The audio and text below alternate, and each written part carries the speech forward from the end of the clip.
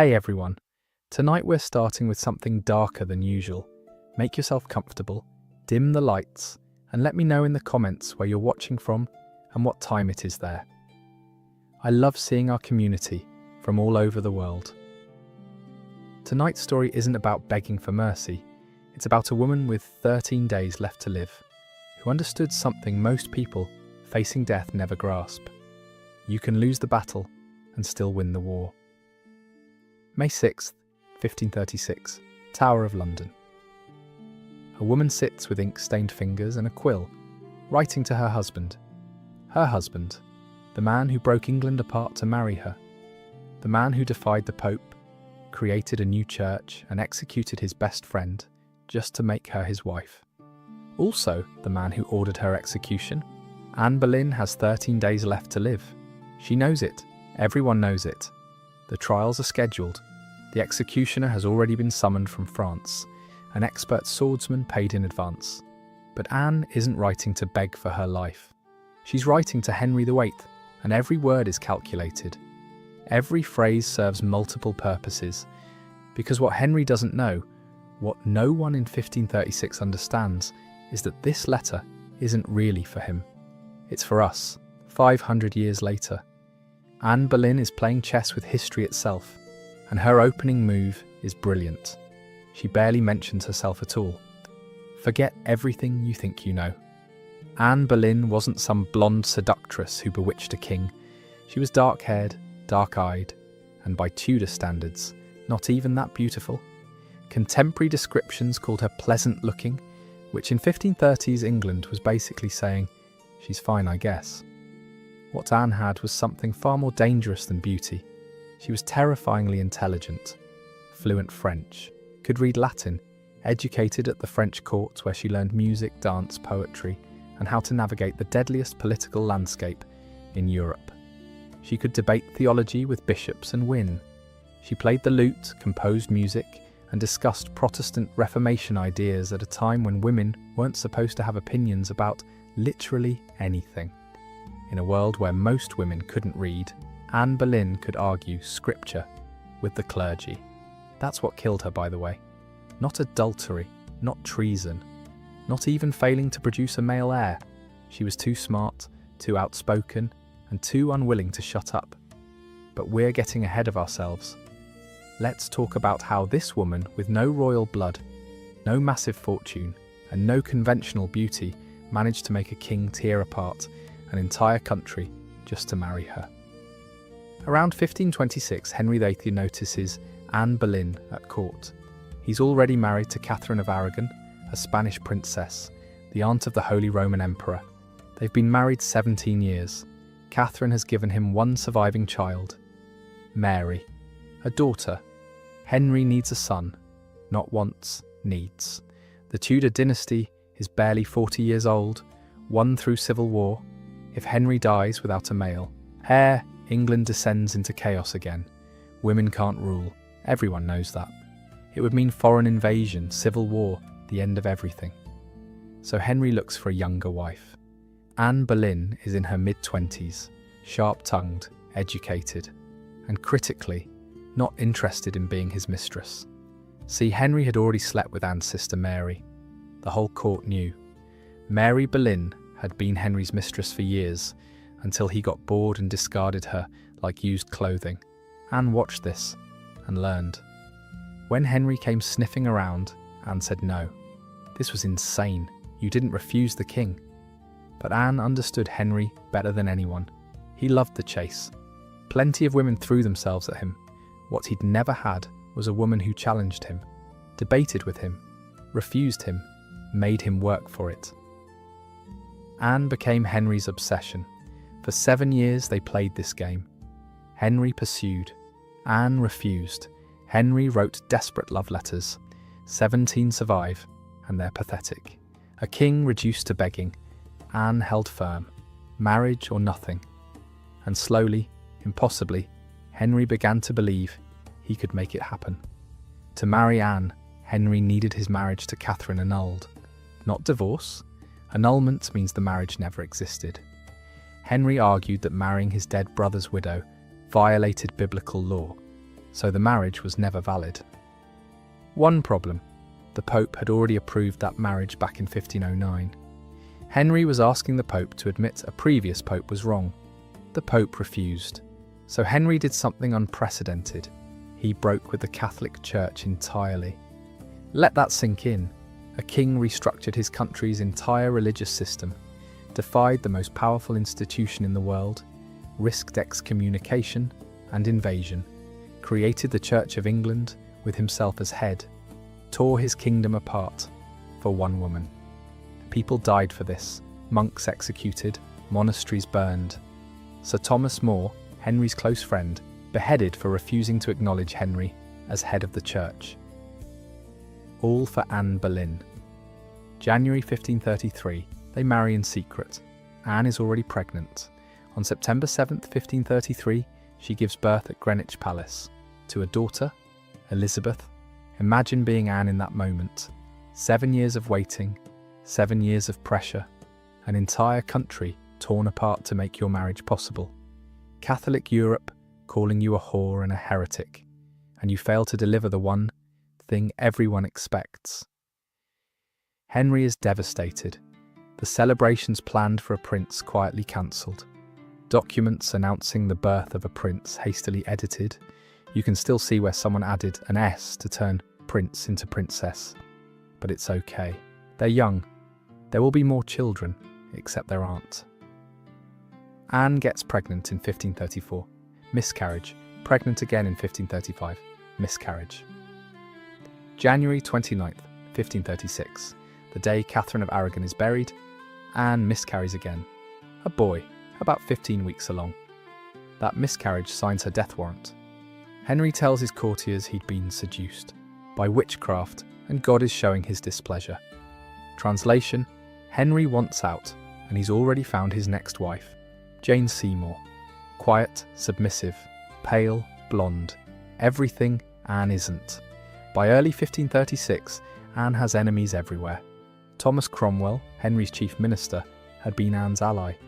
They'd worked together to dismantle the monasteries, but by 1536, they're bitter rivals fighting over monastery wealth. Anne wants it for education and charity. Cromwell wants it for the king's treasury and his own pockets. Anne makes a mistake. She tells Cromwell publicly that she'd like to see his head off his shoulders. Cromwell remembers. Cromwell had watched Anne help destroy Cardinal Wolsey. He knows she's capable of orchestrating a minister's downfall, so he decides to orchestrate hers first. The Catholic faction at court hates Anne for everything she represents. She's the reason England broke with Rome. She's why Princess Mary was declared illegitimate.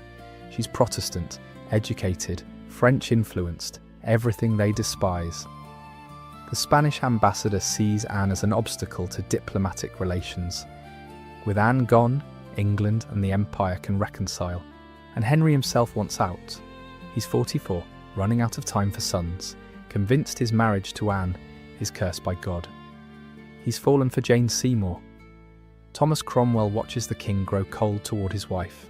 He sees the signs, and Cromwell understands if he can destroy Anne before she destroys him, he survives. If he fails, he's dead. So he builds a case. April 30th, 1536. A court musician named Mark Smeaton is arrested. Mark is lowborn, not a gentleman, just talented at lute and dance. He's risen through court on skill alone. He's also the most vulnerable person Cromwell could target. What happens to Mark in custody is lost to history. But within 24 hours, he confesses to adultery with the Queen. Tudor law doesn't technically allow torture without royal permission, but there are other methods. Psychological pressure, sleep deprivation, showing someone the instruments and describing what will happen to their body. Telling them confession saves them while maintaining innocence means agony. Whatever Cromwell's men do to Mark Smeaton, it works. With that confession, Cromwell has his thread. May 1st, 1536. The May Day jousting tournament at Greenwich. Henry loves jousts. He watches from the royal box beside Anne. 4 men are competing. Sir Henry Norris, one of Henry's closest friends, Sir Francis Weston, Sir William Brereton, others. Anne is watching. She has no idea Mark Smeaton has been arrested. She doesn't know Cromwell has already written up charges. Then Henry receives a message. He goes pale, stands abruptly, leaves without a word to Anne, mounts his horse and rides straight to Westminster with only 6 companions. Anne knows immediately something is catastrophically wrong. As Henry rides away, he takes Sir Henry Norris with him. The 2 men ride together, and Henry interrogates Norris the entire way, promises him pardon if he'll confess to adultery with the Queen. Norris refuses, says he'd rather die 1,000 deaths than falsely accuse her. Henry arrests him at Westminster. Anne spends May 1st in terror. What happened? What did she do? She doesn't sleep.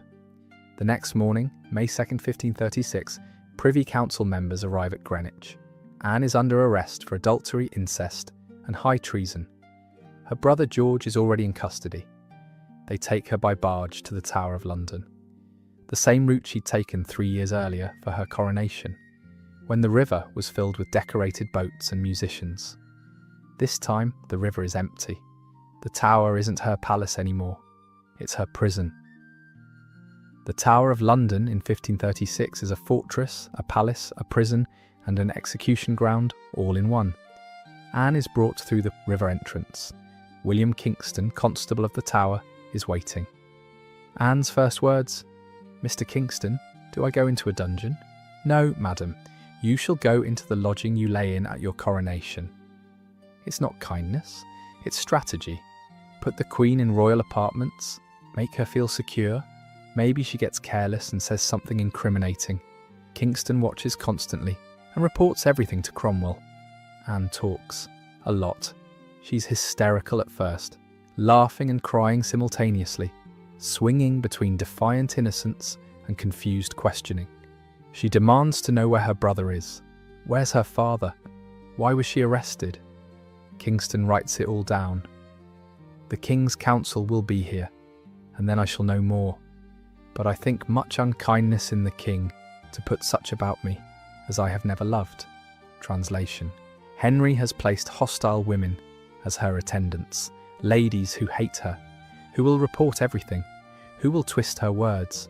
Even in shock, Anne understands this is a trap. Between April 30th and May 5th, 5 men are arrested. Mark Smeaton, who's already confessed, Sir Henry Norris, groom of the stool, and Henry's close friend, who refuses to confess despite promises of pardon. Sir Francis Weston, young gentleman of the Privy Chamber, maintains innocence. Sir William Brereton, another gentleman, maintains innocence. And George Boleyn, Viscount Rochford, Anne's own brother, charged with incest. The charges are absurd. Cromwell's indictment lists specific dates and locations. Modern historians have proven Anne wasn't even in the same location as several of these men on the dates specified. She was constantly attended by ladies in waiting. A queen having secret affairs with 5 different men would require a massive conspiracy of silence among dozens of servants, all of whom would face execution if the truth came out. But the charges aren't meant to be believable. They're meant to be legal. Adultery by a queen is treason because it could put a bastard on the throne. Plotting the king's death is treason. Cromwell charges Anne with both, adultery with 5 men and conspiring with them to murder Henry so she could marry Henry Norris afterward. With treason charges, execution is mandatory. No annulment, no banishment, just death. The trials are scheduled fast. May 12th, 4 commoners tried at Westminster. May 15th, Anne and George tried at the Tower. May 17th, the 4 men executed. May 19th, Anne executed, from arrest to execution, 17 days. May 6th, 1536, 4 days after arrest, 6 days before the first trial, 13 days before execution. Anne sits down to write. She has ink, parchment, and nothing else. She's been told she'll face trial. She knows the charges. She's smart enough to understand this is political execution dressed as justice. And she writes to the one person who can save her, Henry VIII. Except she doesn't believe he'll save her. What she believes is that this letter will outlive her, that centuries later, people will read her words and understand what really happened. Anne Boleyn is playing for posterity. Let's read it. I'll show you sections, then dissect what she's really saying, because every word is calculated. This isn't begging, it's a masterclass in political strategy written by a woman with nothing left except her legacy. Sir, your grace's displeasure and my imprisonment are things so strange unto me, as what to write or what to excuse, I am altogether ignorant. She opens with confusion. Not these terrible charges or this injustice. She frames it as Henry being displeased with her, like she failed to please him rather than committed crimes. Things so strange, emphasizing the surreal nature. One day queen, next day imprisoned for treason.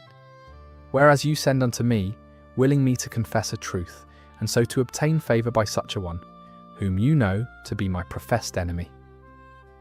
Here she gets sharp. Henry sent someone to interrogate her and pressure her to confess. Someone Anne calls my professed enemy. She's calling out that her interrogators aren't neutral. They want her dead. She's telling Henry, I see what you're doing. I see Cromwell's fingerprints. I'm not stupid. I no sooner received this message by him than I rightly conceived your meaning. I rightly conceived your meaning. I understood immediately this is a setup. She's not begging. She's analysing the political situation and letting Henry know she sees through it. And if, as you say, confessing a truth indeed may procure my safety, I shall with all willingness and duty perform your command. She's offering to confess. Except wait, but let not your grace ever imagine that your poor wife will ever be brought to acknowledge a fault where never not so much as a thought thereof ever proceeded. This is brilliant. If confessing would save me, I'd do it, but I will never confess because I didn't do anything wrong, not even in thought. She constructs a rhetorical trap. She appears submissive while being completely defiant. If she just says, I'm innocent, repeatedly, she sounds defensive. If she frames it as don't imagine I'm guilty, she's asking Henry for trust. While proclaiming innocence, it's the only move she has. Confess and damn herself, refuse and be disobedient. So she does both simultaneously. Pure genius. And to speak a truth, never prince had wife more loyal in all duty and true affection than you have ever found in Anne Boleyn, with which name and place I could willingly have contented myself, if God and your grace's pleasure had so been pleased. Break this down. Never prince had wife more loyal, asserting innocence directly. If she'd committed adultery with 5 men including her brother, she couldn't claim to be the most loyal wife ever. With which name and place I could willingly have contented myself. She's reminding Henry she never asked to be queen. He pursued her for 7 years. He broke with Rome for her. He tore England apart. This was his obsession, his choice. Notice, she signs Anne Boleyn, her maiden name, not Anne the Queen. She's going back to the woman Henry fell in love with, before crowns and politics and pressure for male heirs. It's calculated emotional appeal, disguised as casual signature. But if you have already determined of me, and that not only my death, but an infamous slander must bring you the enjoying of your desired happiness, then I desire of God that he will pardon your great sins herein. Devastating. If you have already determined of me, you've decided I'm guilty. This isn't a real trial. Not only my death, but an infamous slander. You're not just killing me, you're destroying my reputation to feel justified. Must bring you the enjoying of your desired happiness. There's another woman, isn't there, Henry? We all know who she is. Then I desire of God that he will pardon your great sins herein. You're committing murder, and you'll answer to God. She invokes divine judgment against the king killing her, and she does it without directly accusing him of anything that could be used against her. Everything is hypotheticals and prayers. Legal protection while moral condemnation.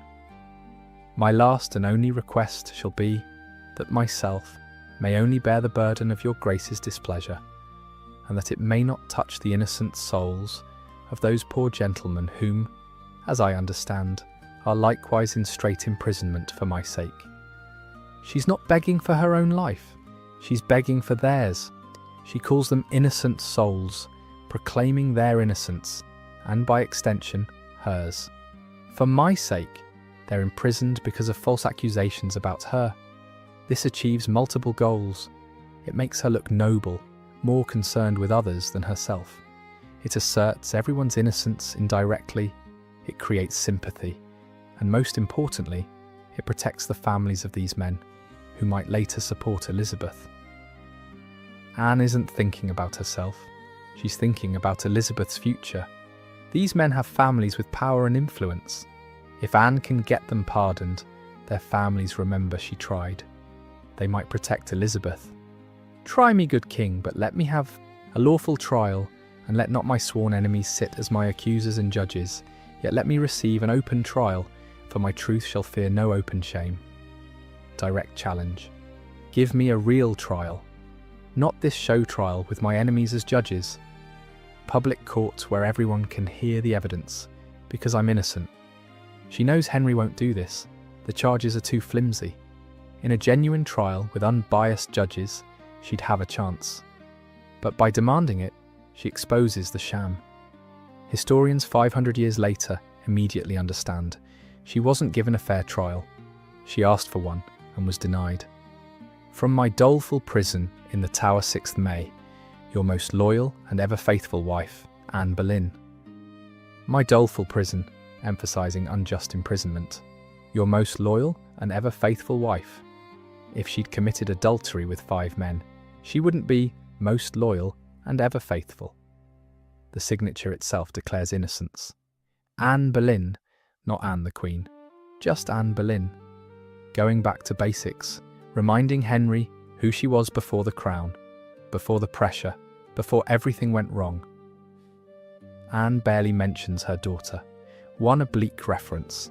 Neither let that stain, that unworthy stain of a disloyal heart towards your good grace, ever rest so foul a blot on your most dutiful wife and the infant princess your daughter.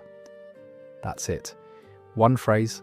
Why? Because any direct emotional manipulation about Elizabeth could backfire. If Anne writes, "Please think of our daughter, she needs her mother," Henry might see manipulation. He might get angry. He might take it out on Elizabeth later. So Anne protects Elizabeth by barely mentioning her. She reminds Henry Elizabeth exists, that Elizabeth is his daughter, that the stain on Anne's reputation affects Elizabeth. Then she moves on. The silence itself is protective.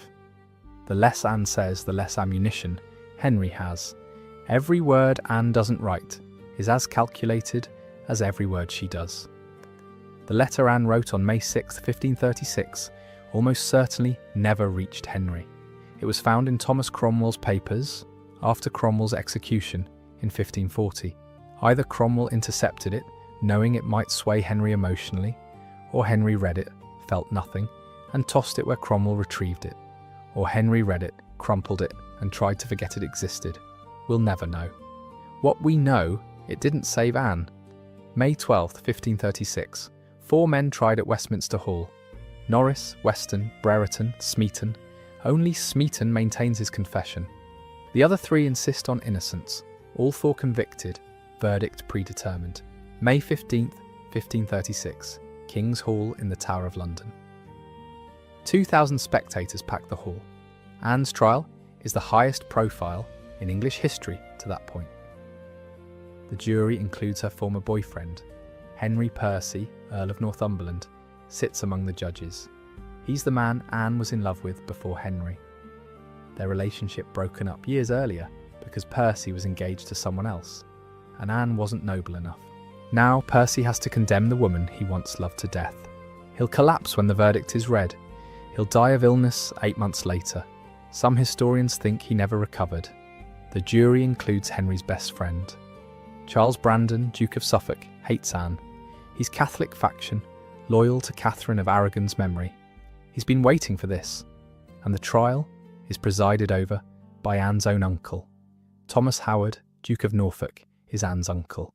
He's also a pragmatist who knows Boleyn family survival depends on cutting Anne loose. Her father, Thomas Boleyn, sits on the Privy Council and says nothing in her defence. Family is expendable when the king wants blood. The indictment is graphic, specific, designed to humiliate. It accuses Anne of adultery with 5 men on specific dates in specific locations. It describes her procuring and inciting her own natural brother to violate her in incest. It accuses her of mocking the king, saying he had neither skill or virility in bed, and plotting his death so she could marry Henry Norris. Every detail calculated to destroy not just her life, but her reputation forever. Anne stands on a raised platform in the centre of the hall, visible to everyone, and listens to these obscene lies read out loud to 2,000 people. She doesn't flinch. When Anne speaks, observers are shocked by her composure. One account says she gave wise and discreet answers to all things laid against her. Another says she made so wise and discreet answers to all things laid against her, excusing herself with her words so clearly, as though she had never been faulty to the same.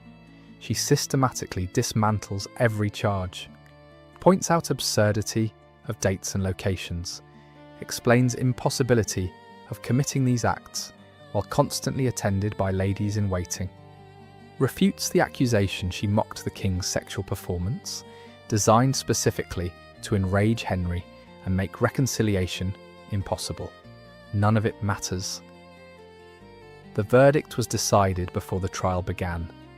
Henry sent Jane Seymour a message the morning of Anne's trial, promising she'd hear news at 3 o'clock of the condemnation of the putain, French for whore. He'd already told Jane Anne would be convicted by 3 p.m. The trial starts at 1 p.m. Every single one of the 26 peers votes guilty. Even Anne's uncle, even the men who knew the charges were false, even Henry Percy, who collapses immediately after. The sentence: death by burning or beheading at the king's pleasure. Burning was traditional for women convicted of treason. Beheading was more merciful, reserved for nobility. Henry, in his great mercy, chooses beheading. But here's the sick part. Henry has already sent for a special executioner from France, an expert swordsman from Calais who uses a sword instead of the crude English axe. The executioner has already been summoned, paid en route to England, before Anne's trial even starts. This proves the entire trial was theatre. Henry decided Anne would die by French sword before she ever defended herself. 2 days after Anne's trial, May 17th, Archbishop Thomas Cromwell, who owes his entire career to Anne, who supported Henry's annulment from Catherine, who crowned Anne Queen, holds a secret hearing. He declares Henry's marriage to Anne was never valid. The grounds? Probably the sexual relationship Henry had with Anne's sister Mary years earlier. Under church law, that creates affinity, making marriage to Anne technically incestuous, similar to the argument used to annul Henry's marriage to Catherine. Here's the problem. If the marriage was never valid, how could Anne commit adultery as queen? You can't be guilty of adultery in a marriage that never existed. You can't commit treason as queen if you were never queen. And Elizabeth, if the marriage wasn't valid, Elizabeth is illegitimate with no claim to the throne. The annulment exposes the entire proceeding as logically absurd and politically motivated. Henry wants Anne dead, marriage erased, freedom to marry Jane, and Elizabeth removed from succession, all in one move. The law twists itself into pretzels to give him everything. May 17th, 1536. 2 days after Anne's trial, 2 days before her execution, 5 men are taken from the Tower to Tower Hill for public execution. 4 of them are completely innocent. Mark Smeaton is the only one who confessed. Court musician, talented at lute and virginals, good dancer, handsome. From nothing. No family wealth, no title, no connections, just skill and charm. Exactly the kind of person Cromwell could break. What happened to Mark between April 30 and May 1st is unknown. But here's what we know about Tudor interrogation. You don't need literal torture. You threaten, show them the instruments, describe in vivid detail what happens to their body if they don't cooperate. Tell them confessing saves them. You lie. Mark was in Cromwell's custody about 24 hours. When he emerged, he'd confessed to adultery with the Queen. He was the foundation of Cromwell's case. Without Smeaton's confession, there's no case. Just court gossip. May 17th, Mark is taken to Tower Hill. He repeats his confession publicly before he dies, likely because he still believes the promise of mercy, or because he's threatened his mother will be arrested if he recants. He's beheaded, body buried in Tower Churchyard, remembered in history as the man whose coerced confession murdered a queen and 4 innocent men. Sir Henry Norris is one of Henry's most trusted companions. As groom of the stool, which sounds undignified but was actually one of the most powerful positions at court, Norris is responsible for the king's most intimate needs and has constant access to Henry. He's in his 40s, wealthy, well-connected, respected. The charges stem from court gossip. Anne had apparently joked with Norris about marrying her if Henry died. Flirtation, banter, standard courtly love games. Cromwell twisted it into conspiracy to murder the king. On the ride from Greenwich to Westminster, after Henry abandoned Anne at the May Day tournament, Henry personally interrogates Norris, promises him full pardon if he'll confess. Norris refuses, says he'd rather die 1,000 deaths than falsely accuse the Queen. That refusal dooms him. May 17th, Norris is executed on Tower Hill. To the end, he maintains Anne's innocence and his own. His property confiscated by the Crown. His family loses everything. Sir Francis Weston is young, only about 25. From wealthy family, good-looking, charming, part of the younger generation of courtiers. The evidence against him? He'd been part of conversations with Anne that included flirtation and jokes. He'd apparently told Anne he loved her more than his own wife. Courtly love rhetoric, performative romance considered entertainment, not real passion. Cromwell turned it into adultery. Weston's family tries desperately to save him.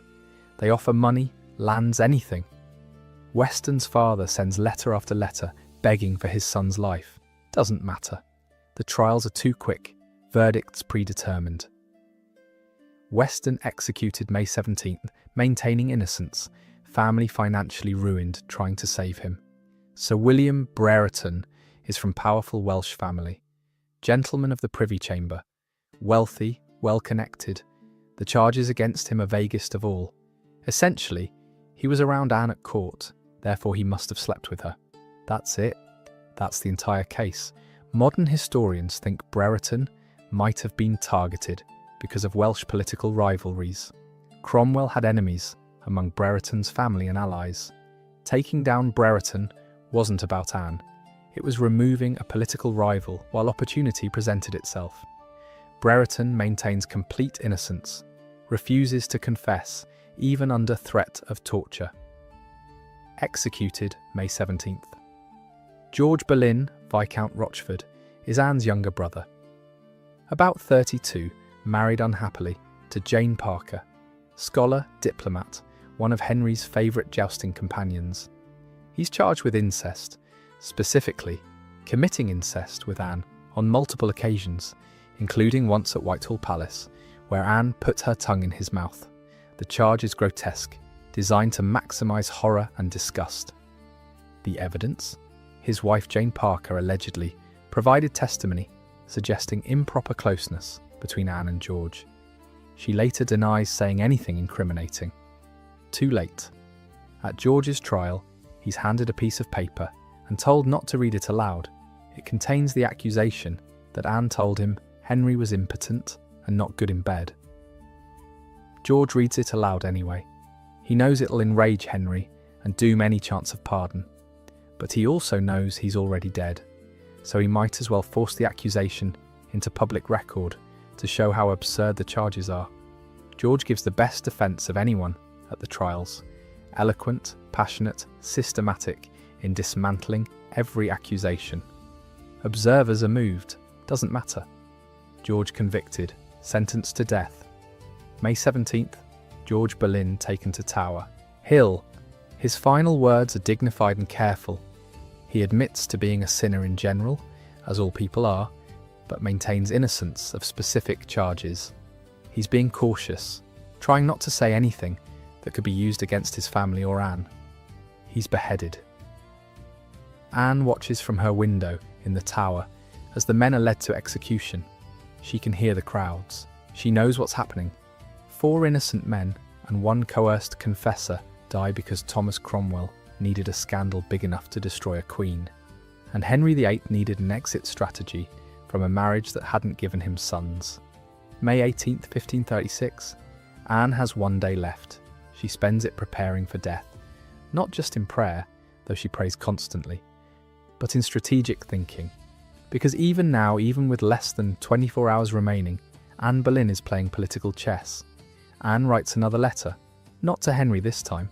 That attempt failed. This one is to Matthew Parker, her chaplain, a man she trusts completely. The letter doesn't survive, but Parker later describes its contents to Elizabeth after she becomes queen. Anne asks Parker to watch over Elizabeth, to protect her, to guide her education, to be there for her daughter when Anne can't be. It's a mother's final act, ensuring her child has someone who will look out for her. Parker keeps his promise. When Elizabeth becomes queen in 1558, she appoints Matthew Parker as Archbishop of Canterbury, one of the most powerful positions in England. He serves her for 17 years until his death. Anne's final political move, securing a trusted ally for her daughter, pays off 22 years later. Anne chooses her clothing carefully. She'll wear dark grey damask gown over crimson taffeta with ermine-trimmed cloak. The colours are strategic. Dark grey is sombre, appropriate for death. But the crimson underneath, that's royal. That's power. That's a reminder she's Queen of England, even now. The ermine is worn only by royalty.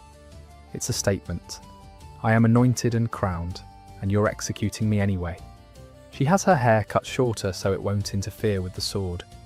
She selects a hood to cover her hair on the scaffold. She'll be blindfolded, but the hood is important. Modesty, dignity, queenly bearing even in death. Anne is staging her own execution, like theatrical performance. She knows hundreds will watch. She knows the story will spread. She understands her final words and appearance will define how history remembers her. Anne jokes with Kingston the night before. She puts her hands around her neck and laughs. I heard say the executioner was very good, and I have a little neck. Black humour facing death. She's either completely hysterical or demonstrating extraordinary courage. Probably both. She asks Kingston if she'll feel much pain. He assures her it'll be quick. The French swordsman is an expert. Anne jokes again. I have seen many men, and also women executed, and that they have been in great sorrow. I heard say the executioner was very good, and I have a little neck. She keeps repeating the bit about her little neck. Dark mantra. Kingston writes everything down. Later, people read these accounts and debate. Was Anne breaking down or staying strong? Was she losing her mind or maintaining dignity? I think she was doing both, laughing because the alternative is screaming, joking because it's the only power she has left. Execution scheduled for 9 a.m. May 19th, 1536, but it doesn't happen at 9 a.m. The executioner is delayed. No one tells Anne why. She waits, mentally prepared to die, and then nothing. This happens multiple times throughout the morning. False alarms, delays. Anne prepares herself emotionally for death, then has to unprepare, then prepare again. Historians call these delays intentionally sadistic false starts. Someone, probably Cromwell, is deliberately torturing Anne by making her face death multiple times. Psychological warfare. By the time actual execution happens, Anne has died a dozen times in her mind. Finally, around 9 a.m, accounts differ on exact timing, Anne is told it's time. She walks from her chambers in the Queen's house to the scaffold on Tower Green. Tower Green is inside the Tower of London complex. Private execution, not public like the men had at Tower Hill. Only about 1,000 carefully selected spectators present, mostly nobles and officials. Henry doesn't attend. He's already left London. He's with Jane Seymour. Anne walks steadily, calm, composed. Her ladies walk behind, weeping. The scaffold is draped in black. Low platform, only about 4 feet high. In the centre, a block covered in straw, except there's no block actually. The French method doesn't use chopping block. Anne will kneel upright, and the swordsman will take her head off, from behind in one stroke. Anne steps onto the scaffold, every eye watching. She's required to give final speech. Tudor execution protocol. Condemned must acknowledge the law. Thank the king for being merciful in execution method. Ask forgiveness for sins. Request prayers.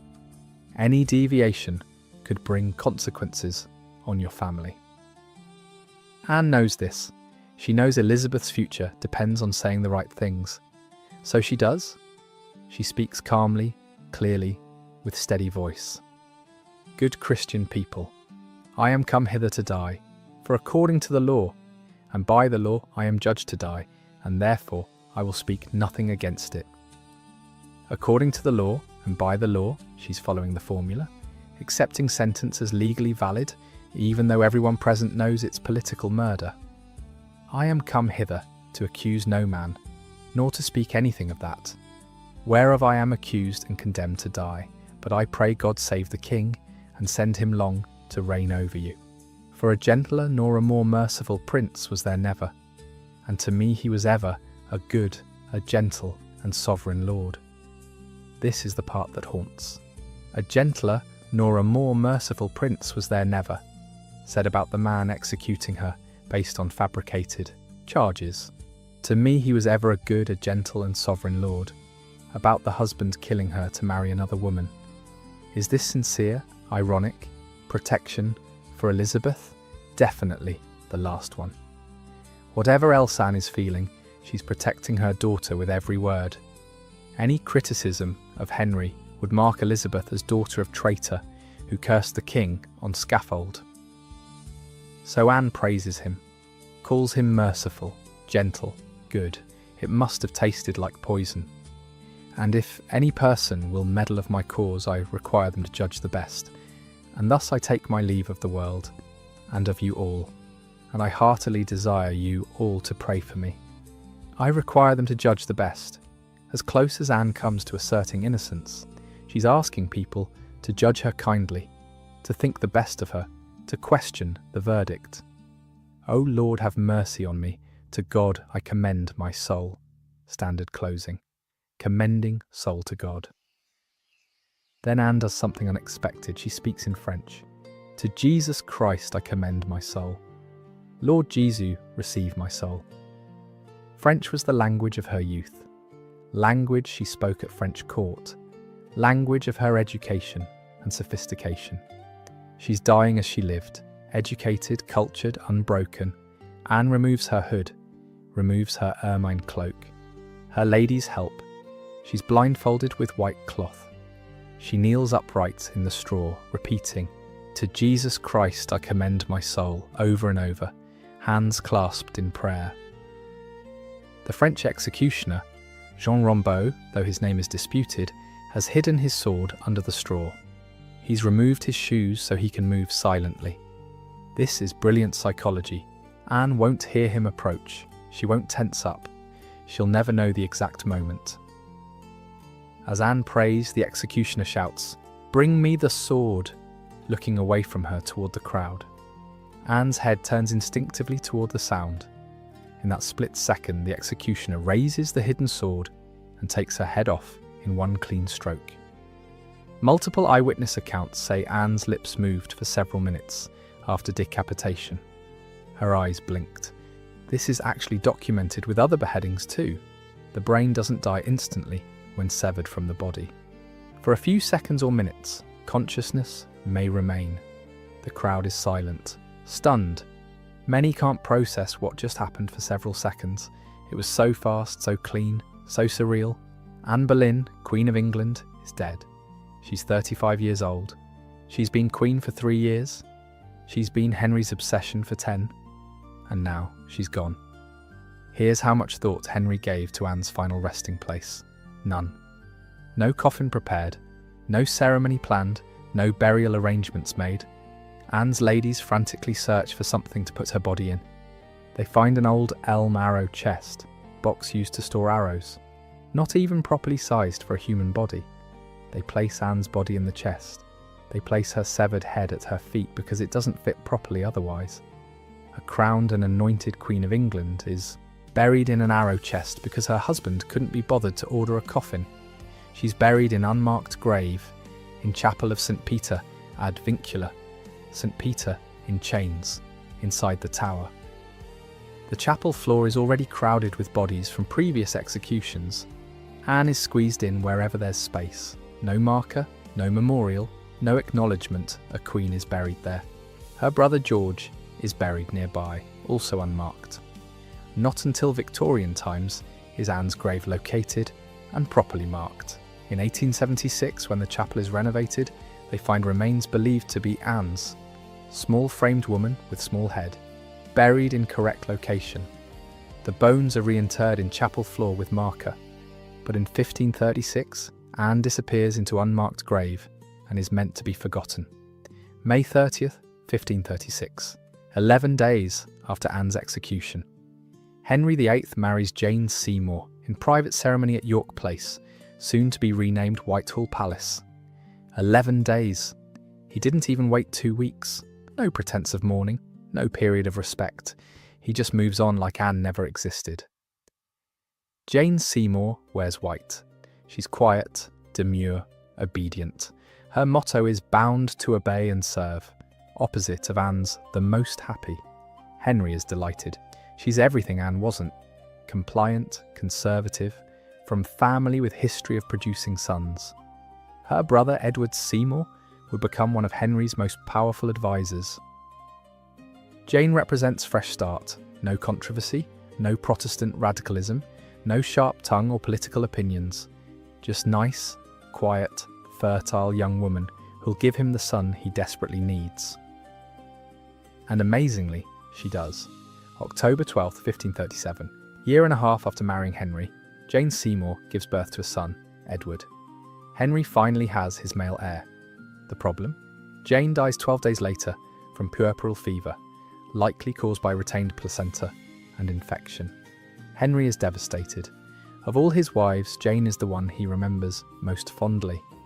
She gave him what he wanted, a son, and died before she could disappoint him, or make him angry, or fail to produce more children. Jane gets to be the perfect wife because she died before Henry could destroy her too. Edward, the son Henry wanted so desperately, the reason Anne and Catherine were destroyed, becomes Edward VI.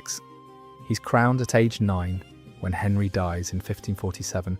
Edward rules for 6 years and dies at age 15 of tuberculosis. All that destruction, all those dead women, all the religious upheaval, for a sickly boy who reigned 6 years and died young. Meanwhile, the daughter Henry desperately didn't want, Elizabeth, Anne Boleyn's child, goes on to rule England for 45 years in one of the greatest reigns in English history. Irony doesn't even begin to cover it. Elizabeth Tudor, born September 7th, 1533, not quite 3 years old when her mother is executed. Henry declares her a bastard immediately after Anne's death. The annulment means Elizabeth is illegitimate. She's removed from line of succession. No longer Princess Elizabeth, demoted to Lady Elizabeth. Her household disbanded, her servants dismissed. She's sent away from court to live in various country houses, often in near poverty, because Henry doesn't properly fund her household. Elizabeth is forbidden from speaking about her mother. Anne's name becomes toxic. For most of Elizabeth's childhood and adolescence, mentioning Anne Boleyn is dangerous, could get you executed for treason.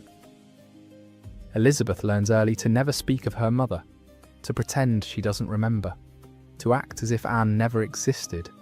But Elizabeth never forgets. After Elizabeth's death in 1603, they removed jewellery from her body.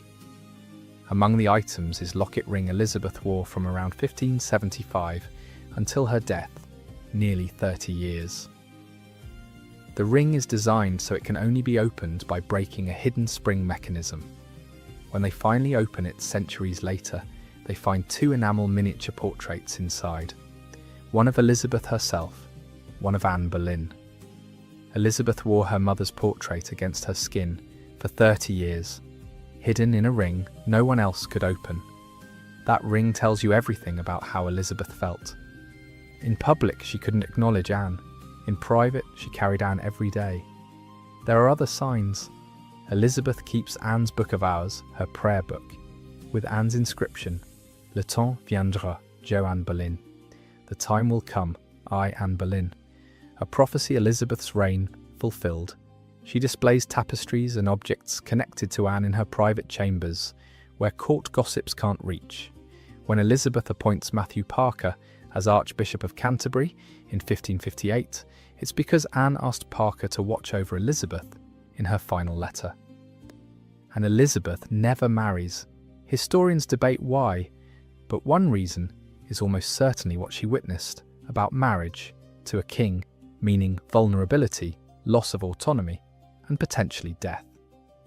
Elizabeth learned from her mother's fate. She would be queen on her own terms, or not at all. In 1543, when Elizabeth is 10, Henry VIII passes the Third Succession Act, restoring both Mary, Catherine of Aragon's daughter, and Elizabeth to line of succession. They're still technically illegitimate, both their mothers' marriages having been annulled, but Henry wants to ensure that if Edward dies without children, there's clear succession line. The order: Edward first as legitimate son, then Mary, then Elizabeth. This is the only reason Elizabeth ever becomes queen. If Henry hadn't restored her to succession, Elizabeth would have died in obscurity as bastard daughter of executed traitor. When Henry dies in 1547, 9-year-old Edward becomes king. Elizabeth is 13. Edward is raised as strict Protestant. He's educated, intelligent, but sickly. By 1553, it's clear he's dying of tuberculosis. The problem? Next in line is Mary, Catherine of Aragon's daughter, who's Catholic. Edward and his Protestant advisors are terrified Mary will reverse the Reformation and return England to Catholicism. So, they try to bypass Mary's claim. They convince Edward to name Lady Jane Grey, a Protestant cousin, as his successor instead. Edward dies July 6, 1553. Jane Grey is proclaimed queen. She reigns 9 days before Mary gathers support, overthrows Jane, and claims the throne. Jane Grey is later executed. She's 16 or 17 years old, another young woman destroyed by Tudor politics. Mary becomes Mary Eyes, Bloody Mary to Protestant historians. Mary is Catholic, devout, determined to return England to Rome and undo her father's Protestant Reformation. She begins executing Protestants. Hundreds die, burned at the stake for heresy. Hence Bloody Mary. Mary views Elizabeth with suspicion. Elizabeth is Protestant, Anne Boleyn's daughter, raised in the new church. Elizabeth is also dangerously popular with the Protestant faction, who see her as their hope. In 1554, there's a Protestant rebellion against Mary. It fails, but Mary is convinced Elizabeth was involved. Elizabeth is arrested and sent to the Tower of London, the same place her mother was imprisoned before execution. Elizabeth knows exactly what this means. She's terrified she'll be executed, just like Anne. She writes a desperate letter to Mary, known as the Tide Letter, because the tide turned and she missed being sent to the Tower on time. She begs Mary to speak with her in person, to not execute her without proof of guilt. Mary refuses to see her. Elizabeth is imprisoned in the Tower for 2 months. She walks through the same courtyards where her mother walked. She may have been held in the same rooms. She's 20 years old and facing possible execution, but Mary can't prove Elizabeth was involved, and executing her could trigger another rebellion. So Mary eventually releases Elizabeth from the Tower and places her under house arrest in the countryside. Elizabeth spends the next 4 years walking a tightrope, staying loyal to Mary, attending Catholic Mass while privately remaining Protestant, avoiding any political entanglements, and praying Mary dies before she can manufacture a reason to execute her. Mary dies November 17, 1558, of cancer, possibly ovarian or uterine. Elizabeth is at Hatfield House when messengers arrive to inform her she's now Queen of England. According to legend, Elizabeth falls to her knees and quotes Psalm 118. "This is the Lord's doing, and it is marvellous in our eyes." She's 25 years old. Think about what she survived to get here. Her mother's execution when she was barely old enough to remember, being declared bastard and stripped of everything. Years of neglect and poverty in various country houses, suspicion and imprisonment under Mary, literally held in the same tower where her mother died. Multiple plots and conspiracies swirling around her, the complete destruction of her mother's reputation, forcing her to pretend Anne never existed. And now, she's Queen of England. Anne Boleyn's daughter, the child no one wanted, the girl declared illegitimate, the bastard of an executed traitor, is about to become the greatest monarch in English history. Elizabeth I reigns from 1558 to 1603, 45 years. In that time, she establishes England as a Protestant nation permanently. She defeats the Spanish Armada in 1588, the most powerful naval force in the world at the time. She presides over the English Renaissance, giving us Shakespeare, Marlowe and Spenser. English exploration and colonisation expand under her watch with figures like Raleigh and Drake. She never marries, maintaining her independence and England's autonomy. She develops the cult of Gloriana, presenting herself as the Virgin Queen married to England. She survives multiple assassination plots and threats of invasion, and she leaves England wealthier, more powerful, and more unified than it's been in centuries. This is the golden age of English history, and every bit of it vindicates Anne Boleyn. Anne Boleyn was the driving force behind England's break with Rome. She promoted Protestant reformers, protected Protestant preachers, supported translation of the Bible into English, and pushed Henry toward Reformation theology. Elizabeth completes what Anne started. The Elizabethan religious settlement of 1559 establishes a middle path, Protestant theology, but retaining some Catholic traditions. It's designed to prevent civil war between religious factions. It works. By the end of Elizabeth's reign, England is firmly Protestant. The Church of England becomes the foundation of English identity for centuries. Without Anne, there's no Elizabeth. Without Elizabeth, England might have returned to Catholicism under Mary and stayed that way. Anne's religious legacy, the thing that got her labelled heretic and contributed to her destruction, becomes the defining feature of English history. In 1588, England faces its greatest threat, the Spanish Armada. King Philip II of Spain, Mary VIII's widowed husband, a Catholic zealot, sends 130 ships to invade England, overthrow Elizabeth, and return the country to Catholicism. Elizabeth travels to Tilbury, where English troops are gathering, and delivers one of history's greatest speeches. "I know I have the body of a weak, feeble woman, but I have the heart and stomach of a king, and of a king of England too, and think foul scorn that Parma or Spain, or any prince of Europe, should dare to invade the borders of my realm." This is Anne Boleyn's daughter.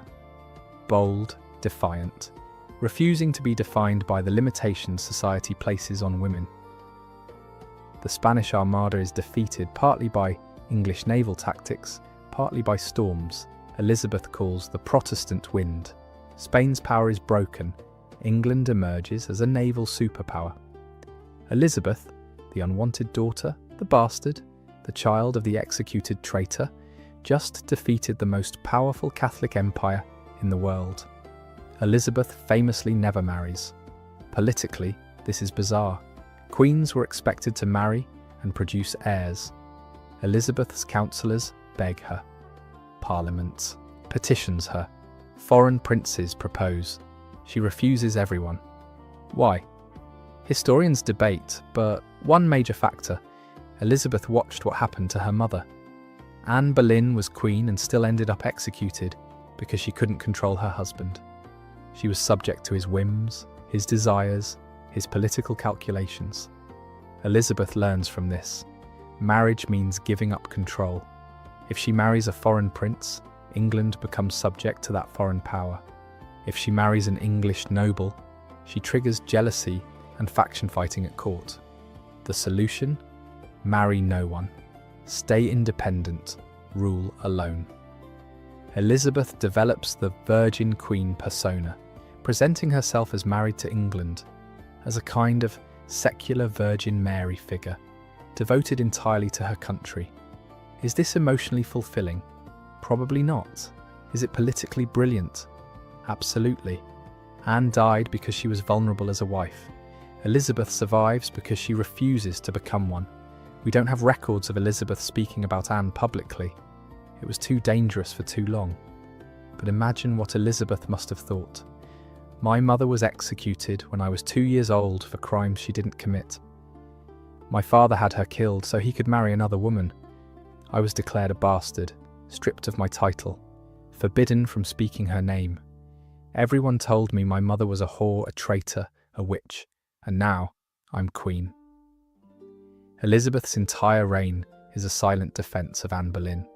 Every success Elizabeth achieves argues that Anne's blood was worth something, that Anne's intelligence and courage and political brilliance lived on in her daughter, that executing Anne didn't erase her, it just delayed her impact by a generation.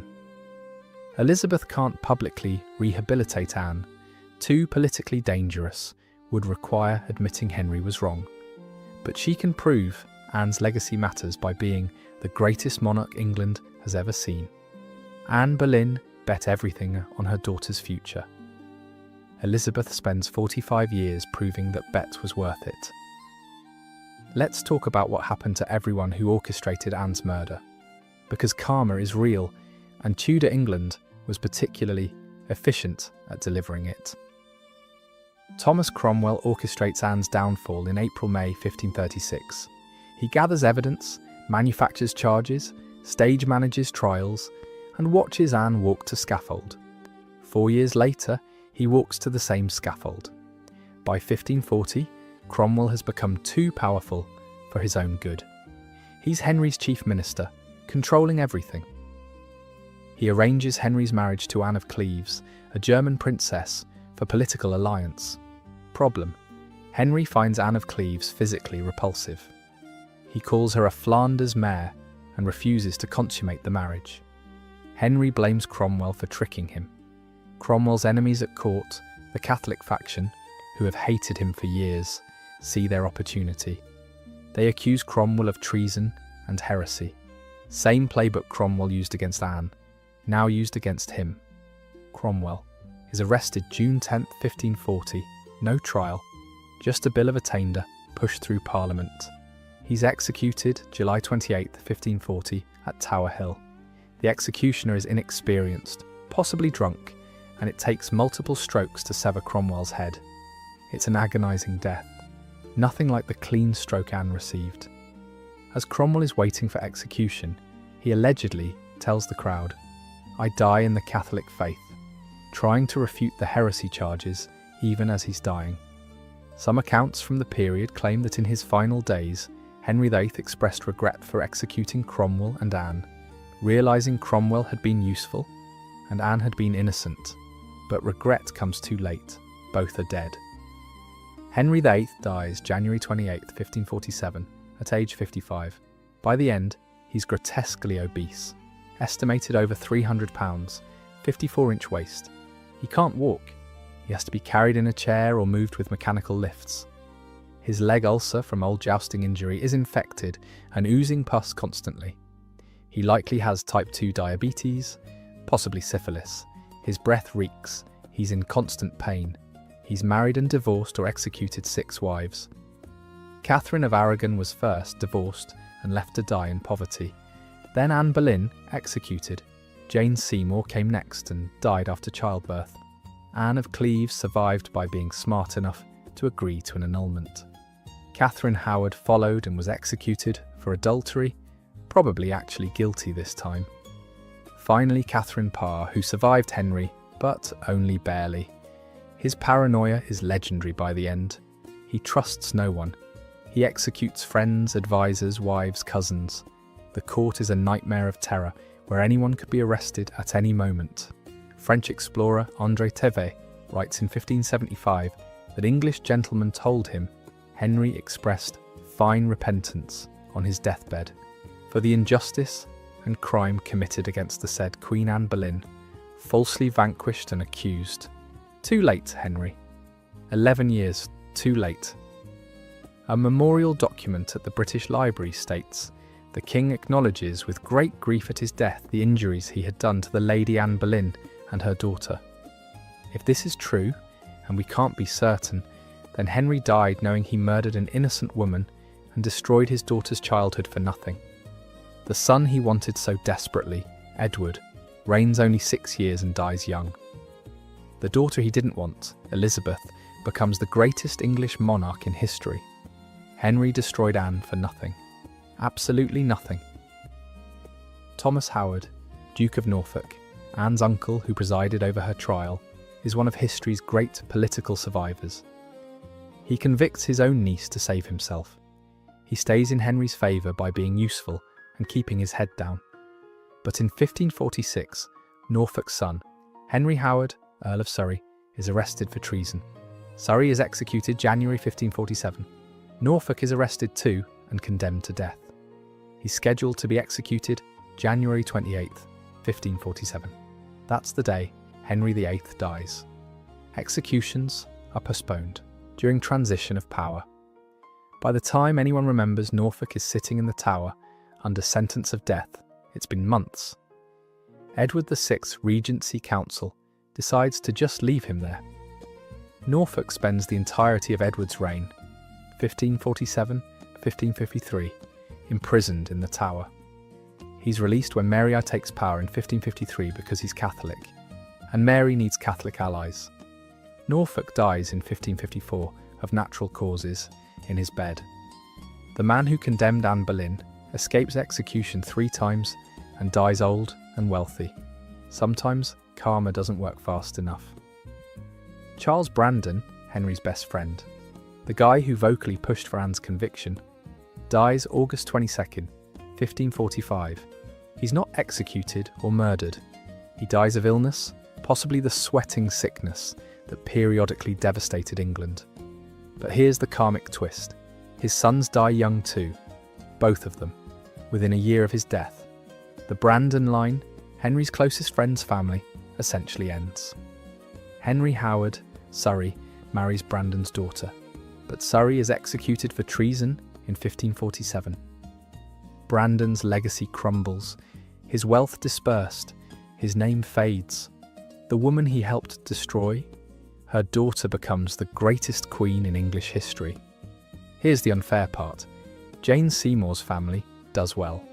Her brothers, Edward Seymour and Thomas Seymour, both become powerful during Edward VI's reign.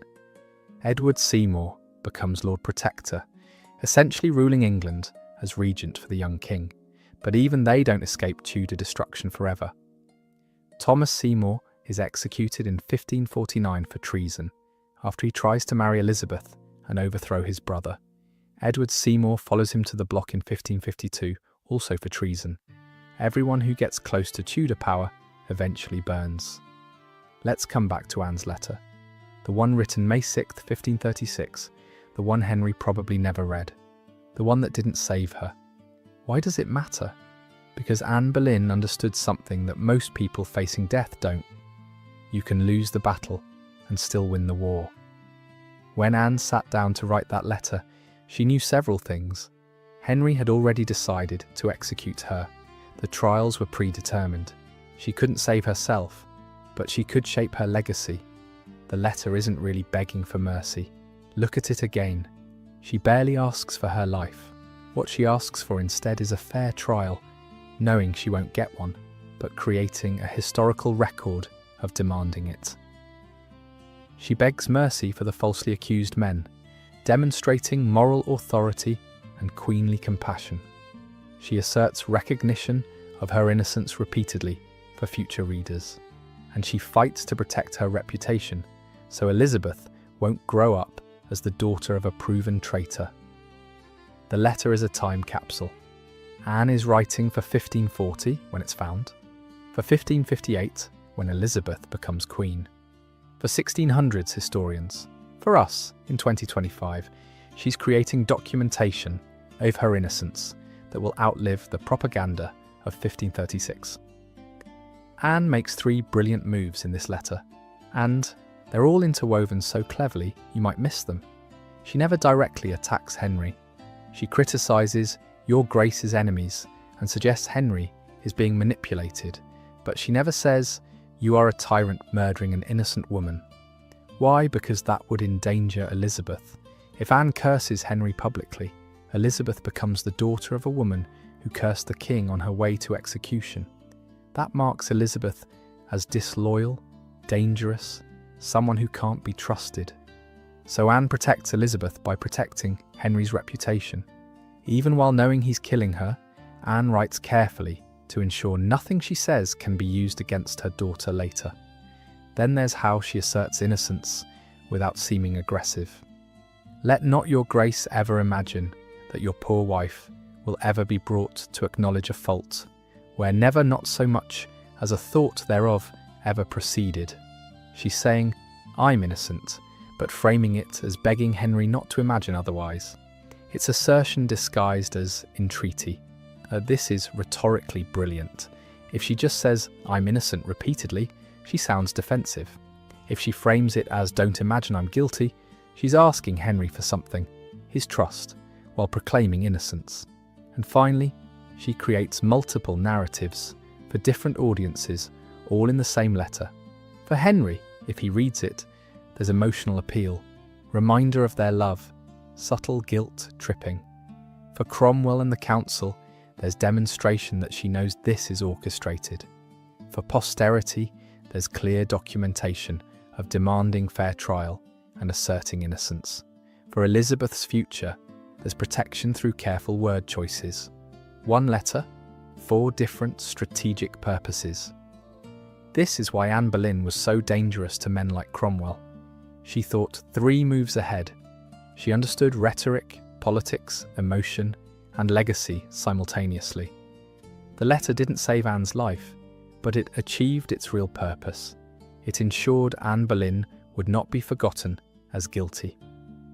Throughout centuries after 1536, historians debate Anne's guilt, but the letter, along with flimsy evidence, speed of trials, contradictions in dates, convinces most serious historians Anne was innocent. By 1600s, scholars are questioning the verdict. By 1800s, most historians believe Anne was framed. By 1900s, it's consensus. Anne Boleyn was innocent, victim of political coup. Today, there's no serious historical debate. Everyone knows Anne was murdered by Henry to marry Jane Seymour, and that Cromwell orchestrated it. The letter is part of why we know this. It's evidence of Anne's state of mind. Calm, rational, politically savvy, asserting innocence. It's evidence of her demanding fair trial. It's evidence of her nobility in begging for lives of others. Most importantly, it's evidence that Anne knew she was being framed and said so directly. Here's the ultimate victory of Anne Boleyn's strategy. 500 years later, we remember Anne. We forget most of her.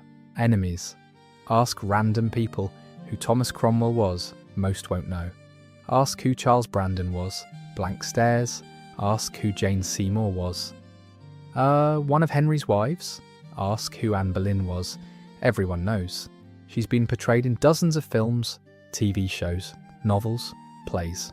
She's one of the most recognisable historical figures in English history. She's iconic, and importantly, most people know she was innocent. Pop culture, historians, documentaries, all agree Anne was framed and murdered.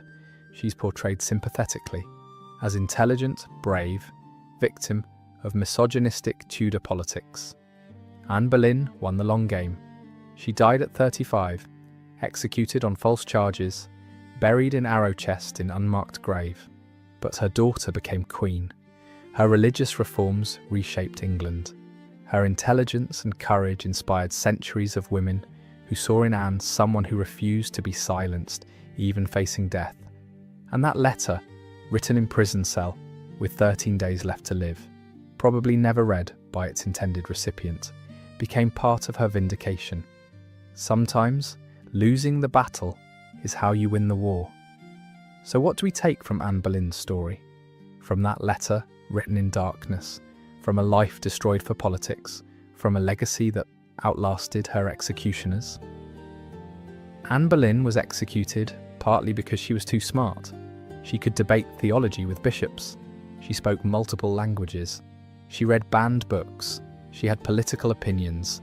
She challenged the king in private and sometimes in public. This made her dangerous. In a world where women were supposed to be silent, obedient, and decorative, Anne was loud, defiant, and substantive. The charges against her, adultery, incest, treason, were fabricated. But the real crime? Being a woman who refused to know her place. 500 years later, this is still relevant. Women who are too ambitious, too outspoken, too intelligent, still face punishment, maybe not execution, but social destruction, career sabotage, reputational assassination. Anne Boleyn's story is a reminder that threatening the status quo has always been dangerous, especially for women. Anne couldn't save her life, but she could control how history remembered her. Every move she made in those final days, the letter to Henry, the letter to Matthew Parker, her clothing choices, her scaffold speech, her dignity, was calculated to shape her legacy. She played for posterity, and it worked. We remember Anne as intelligent, brave, and innocent. We remember her as a woman destroyed by politics, not as a guilty criminal. Your ending doesn't define your story. How you face your ending does. Anne barely mentioned Elizabeth in her final letter. That silence was strategic, to protect her daughter from association with a condemned traitor. Every word Anne spoke on the scaffold praised Henry, to protect Elizabeth from retaliation. Anne's final acts weren't about herself. They were about securing whatever future she could for her child. True strength isn't saving yourself. It's protecting what matters when you can't save yourself. Anne Boleyn couldn't win. If she'd stayed Henry's mistress, she'd have been discarded like her sister. When she demanded marriage, she was called a manipulative seductress. When she became queen, she was expected to be perfect, producing male heirs while being submissive but interesting, influential but not too political, intelligent but not threatening. When she failed to produce sons, biologically beyond her control, she became disposable. The system was designed so she couldn't win. That's the point of systems that protect power. They make it impossible for threats to succeed no matter what they do. This is still true. Systems of power, political, corporate, social, are designed to crush people who threaten them. And those people often can't win by playing the game. Sometimes the only move is to refuse to play and accept the consequences while maintaining dignity and truth. In 1536, England was flooded with propaganda about Anne Boleyn. She was a witch, an adulteress, a traitor. She'd bewitched the king. She'd betrayed her country.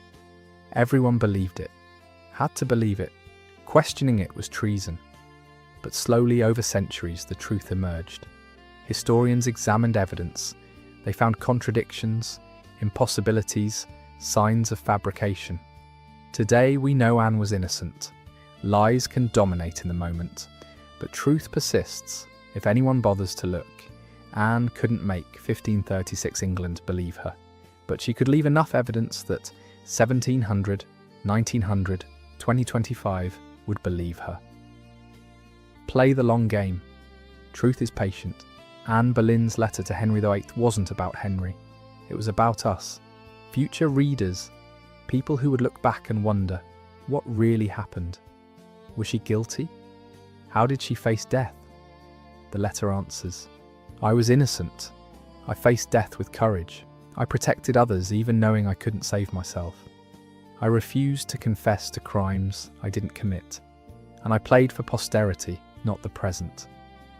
That letter, found in Cromwell's papers after he too was executed, preserved by accident or design, reaches across 5 centuries to tell us: you can be destroyed by power and still not be defeated. You can lose everything and still win. You can be silenced in your time and still speak to future generations. Anne Boleyn wrote her last letter knowing it probably wouldn't save her. She was right, it didn't, but it saved her legacy. It protected her daughter. It told the truth to anyone willing to listen. And 500 years later, we're still reading it, still learning from it, still inspired by a woman who faced execution with intelligence, strategy, and a refusal to go quietly into history as guilty. Anne Boleyn's last letter wasn't about begging for mercy. It was about refusing to be erased. And in that, she succeeded beyond anything she could have imagined. Her daughter became Elizabeth of Ut. Her religious reforms shaped England for centuries. Her story became legendary. Her name became synonymous with intelligence, courage, and the brutal unfairness of women who dare to be extraordinary. The executioner took Anne Boleyn's head on May 19th, 1536, but he couldn't take her voice. That voice still speaks, in letters written in prison cells, in histories written by sympathetic scholars, in films and books and documentaries, in every woman who refuses to confess to crimes she didn't commit, in every person who plays for legacy rather than immediate survival. Anne Boleyn lost her life, but she won her war, and that letter, written in darkness, found in the papers of her enemy, read by generations who came after, is proof that sometimes the most powerful weapon isn't the one that saves you. It's the one that ensures you'll never be forgotten. So tonight, as you drift off to sleep, remember, Anne Boleyn sat in a prison cell 500 years ago with ink-stained fingers and 13 days left to live. And she chose to write truth instead of lies, strategy instead of desperation, legacy instead of mercy. And because of that choice, we're still talking about her. Rest well, everyone. And if you enjoyed tonight's journey through history, let me know in the comments. Where are you listening from? What time is it there? And most importantly, do you think Anne's letter was an act of desperation or brilliant political strategy? I'll see you in the next one. Sweet dreams.